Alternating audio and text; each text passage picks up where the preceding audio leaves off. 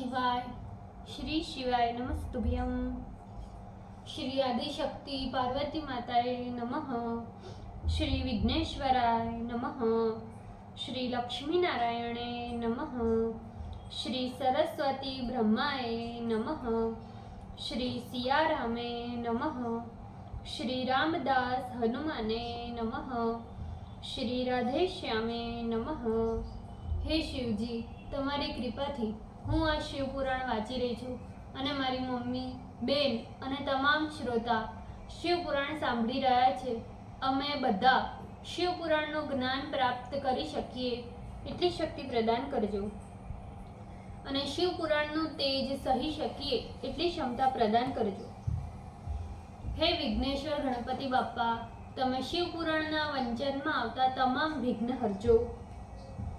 हे कृष्ण मनोहारिणी राधा जी, हे श्याम सुंदर, हे सिया राम जी, हे रामदास हनुमान जी, તમે શિવપુરાણ સાંભળવા જરૂર પધારજો અને મારા હૃદયમાં સ્થાન ગ્રહણ કરજો.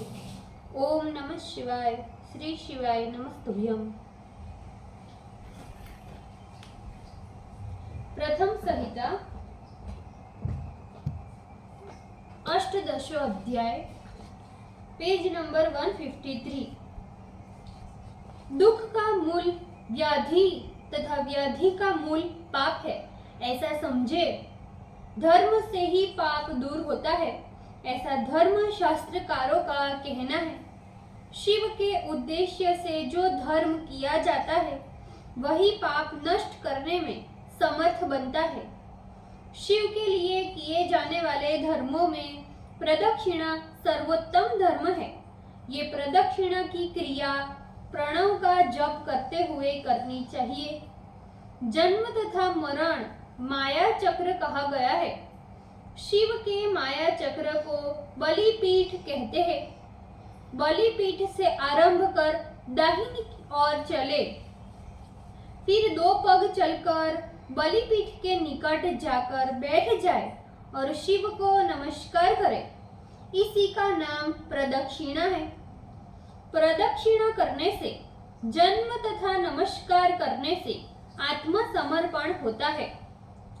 जन्म मरण इन द्वंद्वों को शिव की माया में समर्पण करे. शिव माया में समर्पित द्वंद्व फिर आत्मा को नहीं प्राप्त होते. देह धारण पर्यंत कर्म के अधीन रहने वाला जीव बद्ध जीव कहा जाता है, किंतु वही जीव स्थूल, सूक्ष्म तथा कारण शरीर को जब अपने वश में कर लेता है तो उसे मुक्त जीव कहते हैं. जीव को बद्ध तथा मुक्त करने में माया चक्र के प्रणेता शिव ही परम कारण है. शिव माया को समर्पित किए गए द्वंद्व को शिव ही दूर करते हैं. शिव के द्वारा कल्पित जन्म मरण शिव को ही समर्पित करना चाहिए. हे ब्राह्मणों, शिव को प्रदक्षिणा तथा नमस्कार ये दोनों ही अत्यंत प्रिय है. शिव परमात्मा के निमित्त किए गए प्रदक्षिणा तथा नमस्कार से षोडशोपचार के पूजन का महाफल प्राप्त होता है.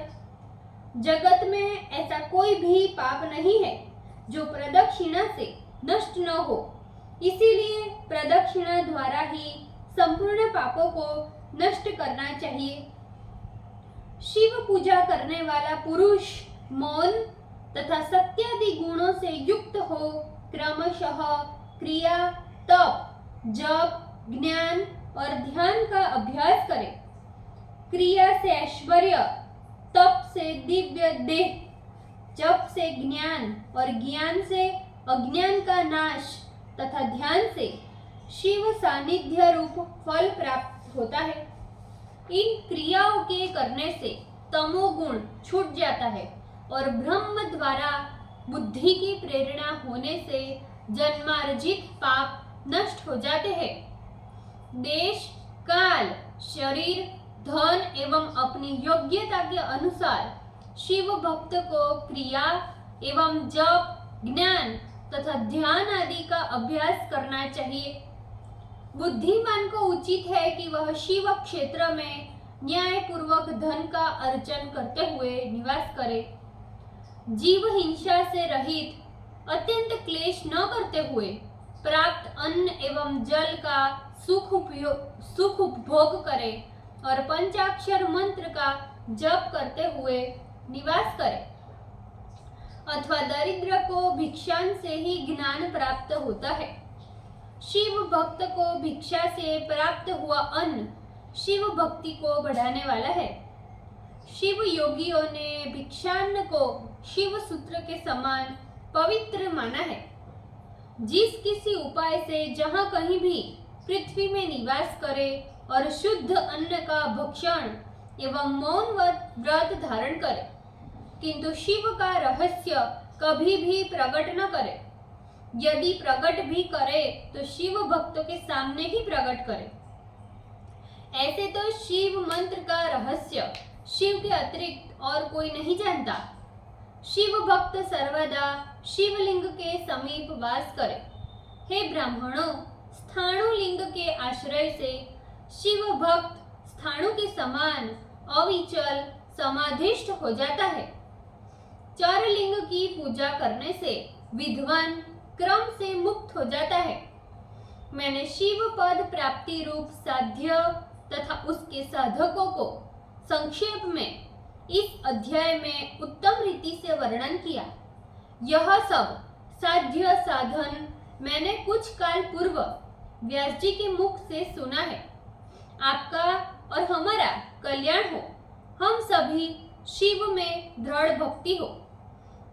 जो मनुष्य सदा इस अध्याय को पढ़ते हैं और सुनते हैं, हे महात्माओं, वे शिव जी की कृपा से शिव विषयक ज्ञान प्राप्त करते हैं। ओम नमः शिवाय। श्री शिवाय नमस्तुभ्यम। ભૂલચૂક માફ કરજો શિવજી, કૃપા રાખજો। આજના શિવપુરાણના વાંચનનું પુણ્ય મને પ્રદાન કરજો શિવજી। ઓમ નમઃ શિવાય। શ્રી શિવાય નમસ્તુભ્યમ।